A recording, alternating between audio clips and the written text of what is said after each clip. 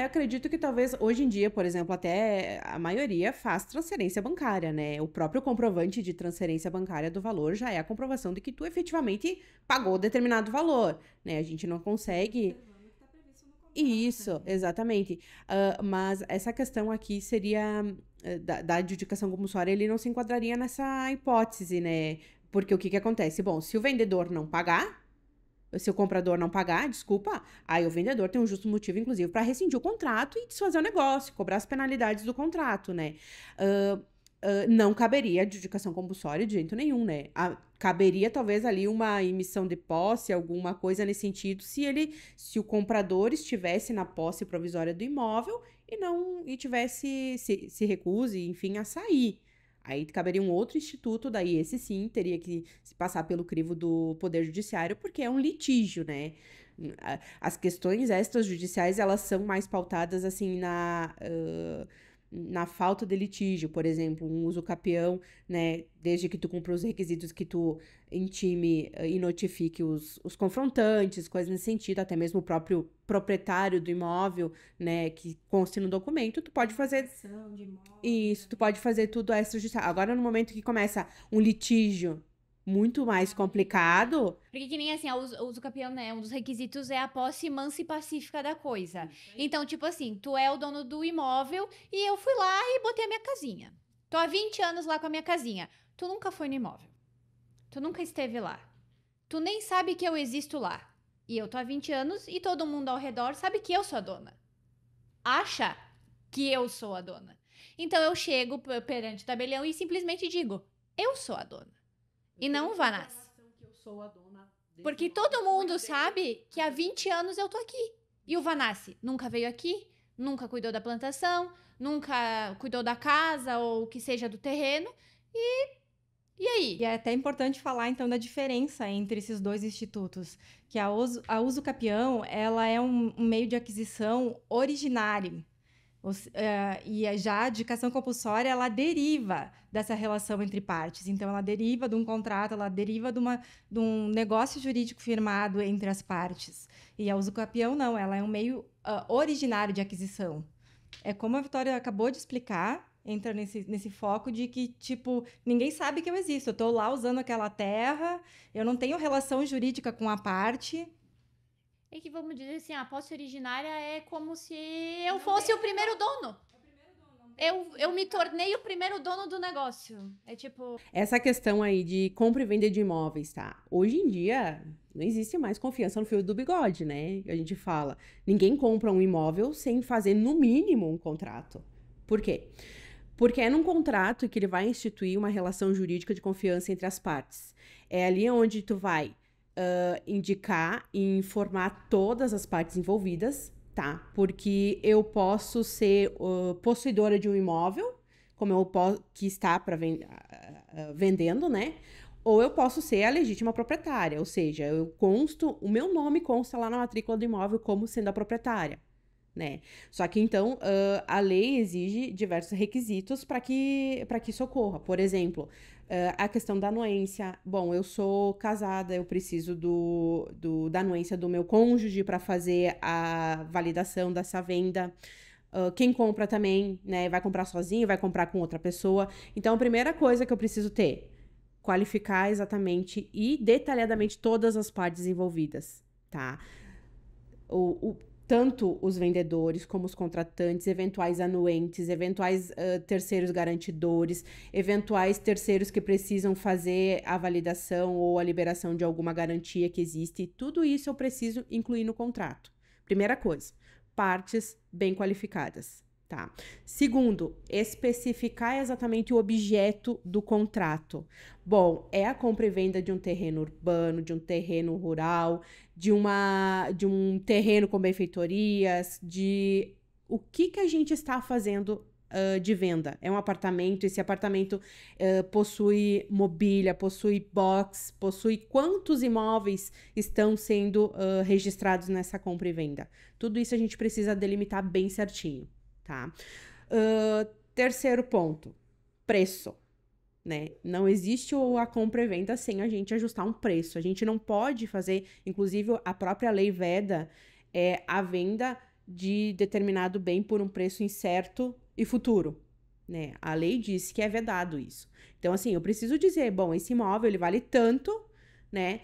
As partes ajustaram o pagamento de determinado valor, vai ser pago à vista, vai ser pago parcelado, vai ser dado algum bem em dação. Tudo isso tem que estar bem delimitado. A questão de obrigações. Bom, enquanto não for feito o pagamento total do imóvel, haverá a posse provisória do bem, o comprador terá a posse desse bem, ele já vai entrar no imóvel a partir de quando? A partir da assinatura do contrato, daqui 30 dias, ou quando ele efetivamente só terminar de pagar o imóvel e daí a gente conseguir regularizar através da escritura pública e registro no registro de imóveis. Tudo isso são questões comerciais que as próprias partes eles ajustam e precisam constar no contrato. A questão de penalidades. Bom, eu não paguei, né, nas datas avançadas. Vai incidir penalidade?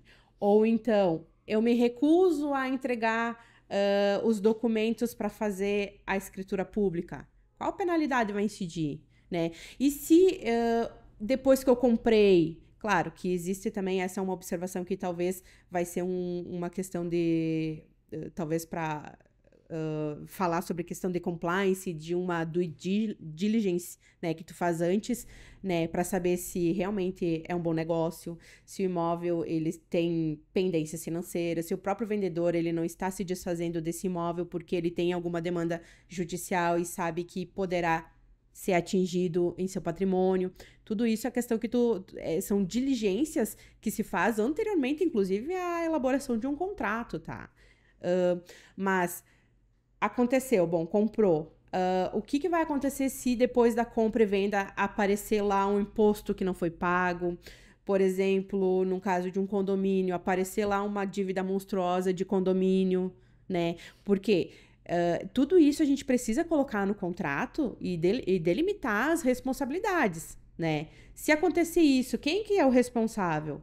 Né? De que forma vai ser? Vai ser um motivo para, inclusive, rescindir o contrato e o comprador requerer alguma multa contratual, devolução de todo o valor que ele pagou? Tudo isso são questões que tem que estar no contrato.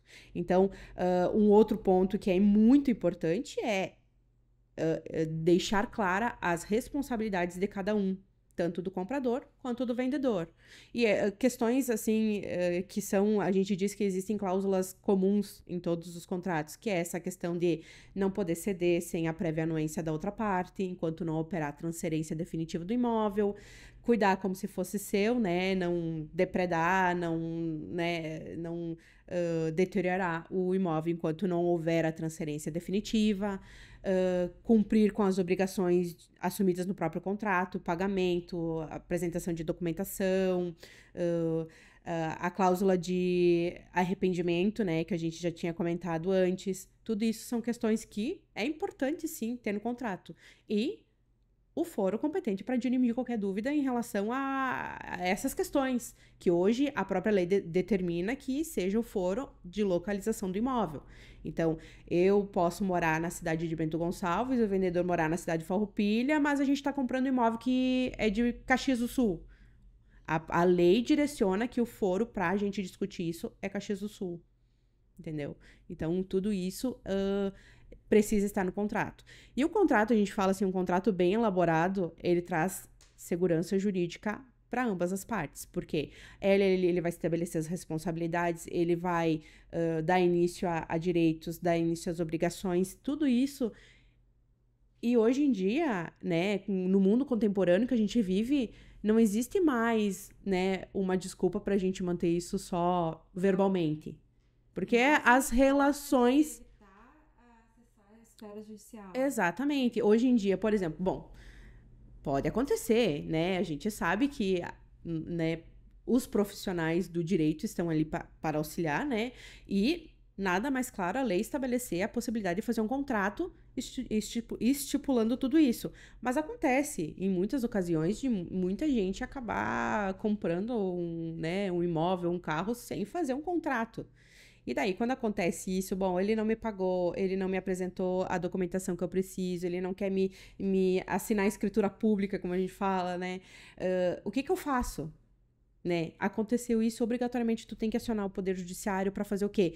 Reconhecer a validade daquele negócio jurídico, para daí sim conseguir regularizar. Então, assim, só que enquanto isso acontece, enquanto se discute a validade daquele negócio jurídico e obrigatoriamente depois a sua regularização, às vezes se te toma um tempo assim, ó, de 10 anos.